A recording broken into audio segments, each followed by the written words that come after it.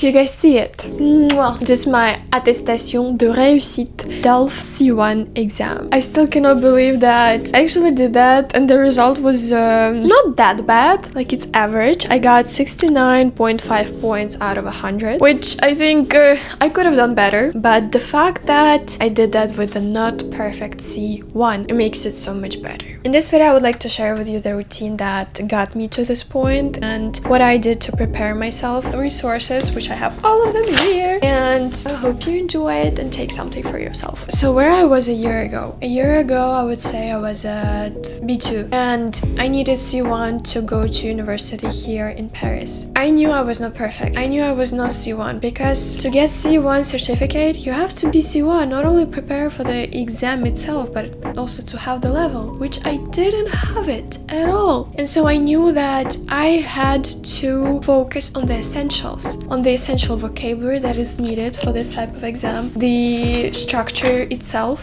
different types of essays, specific ones that would get me as many points as possible, even though my vocabulary might not be the perfect C1 yet. I started to study seriously in June and I only had like, let's say 1, 2, 3, I had like 4 months of preparation, of deep preparation. I'm still proud of myself. Oh my god, I'm really saved with this paper now. It opens so many possibilities and doors for me and I really recommend studying for it. So I'm gonna show you the template that I used, the exact notes that I had during my preparation. So what did I do? Let's say it was spring 2025 and first things first, I found the list of topics, the skills that I need to have in order to pass C1. And so the next thing that I did, I found the list of topics that I must have knowledge in order to understand most of the things that advanced French is about. Environnement, éducation, travail, all those type of topics. And then what I did was find the books. My best one, my most favorite one is ABC Dive. This is the book that has all 4 parts, which is speaking, writing, listening, reading. It has a big amount of text, numerous exercises for you to listen, for you to practice reading, to learn a lot of new words. What I also love about this preparation book is that they give so many C2 texts for C1 level that the fact that I was preparing myself with these ones, with the C2 level, I came to the exam and the text was so freaking and I was so relieved. I didn't know only like 2 or 3 words out of the whole freaking text. And I think that if you prepare yourself with texts that are a bit out of your reach, you're gonna feel much more confident on the exam itself. But if you don't want to take an exam any soon, I still think it is worth it to sprinkle in some more advanced text into your routine. I love this book a lot. I recommend it. This and other books that I also prepared myself with. This is the Le Mot Info. This has lots of text for C1, C2. They also have vocabulary in them and these texts, I used them a year ago. You can watch my other video where I was also kind of studying for C1, but I didn't have even B2 at that point. But I was writing some tests of those texts, which kind of helped me a lot. Just get the structure into my brain, because you need the structure engraved into your brain. You have to have it automatic. Even if you're not passing any exam soon, the fact that you can just take out the main points out of a text and express them with your own words by writing and speaking will help progress your level much faster than just reading and listening. And this and other books and other materials that I prepared myself with are available in my advanced French hub, which you can get for like €1, which is like basically, let's say, nothing. This template is like a mini version of my bestseller. Guys, I'm coming back because my iPhone just decided to not have any storage, so I have to clean up my Barcelona storage. I don't want to.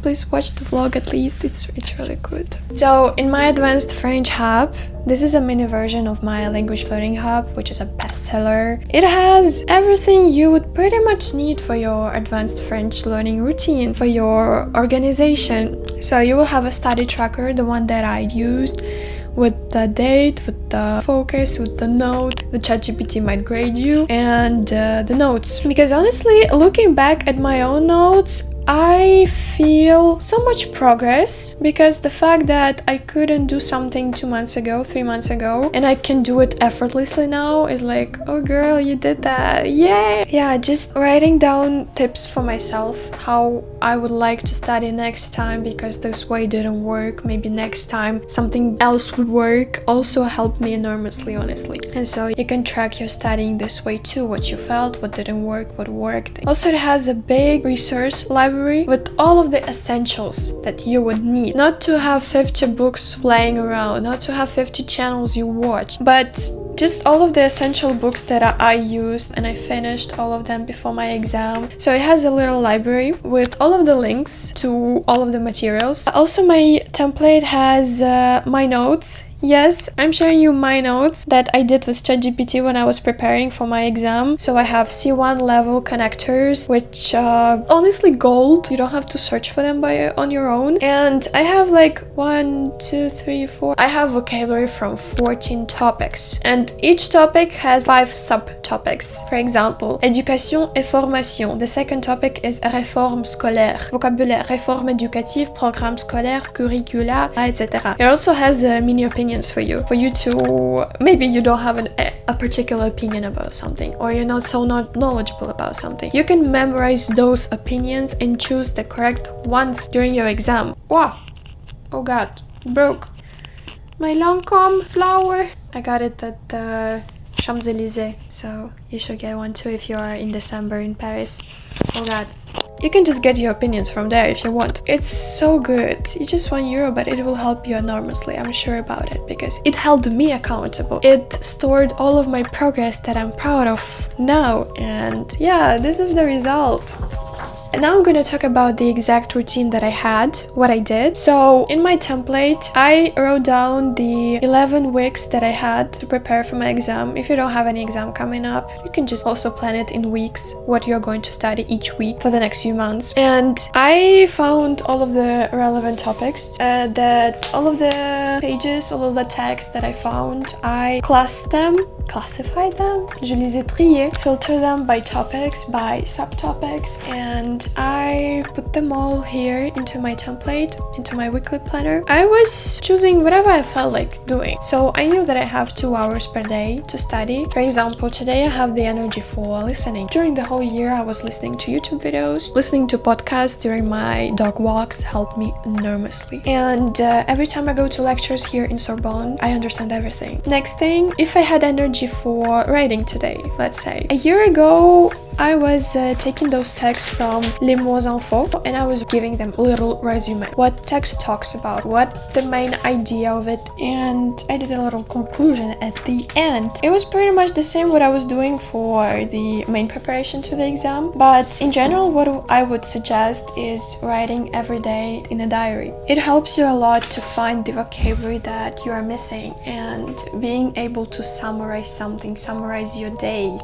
summarize the events that have happened to you. The main reading that I did was from these books, actually. I think reading is not that difficult, so you just read and then you learn vocabulary. How I learned vocabulary, I was just writing it down and reviewing it wait, let me find my notebook. And I was reviewing it a few days afterwards. And so it helped me a lot. Also, creating sentences with this new vocabulary helps immensely. And for the speaking part, this is the part that I didn't do much practice beforehand, and I kind of regret it because I didn't have that much energy for that in the end of the day. But what really helped me is just talking about my day and doing the prompts. For example, what do you think about climate change? What do you think about the artificial intelligence? Yeah, so I got the C1 certificate. That was my end goal. But since I'm planning to stay in France to study here, I need to keep up my level. So what I'm going to do because, well, first and foremost, for the next 4 or 3 months, I'm gonna focus on English because I want a proper level in English. In French, I will be maintaining the level just by reading sometimes, just by challenging myself to speak more, to talk more about the topics that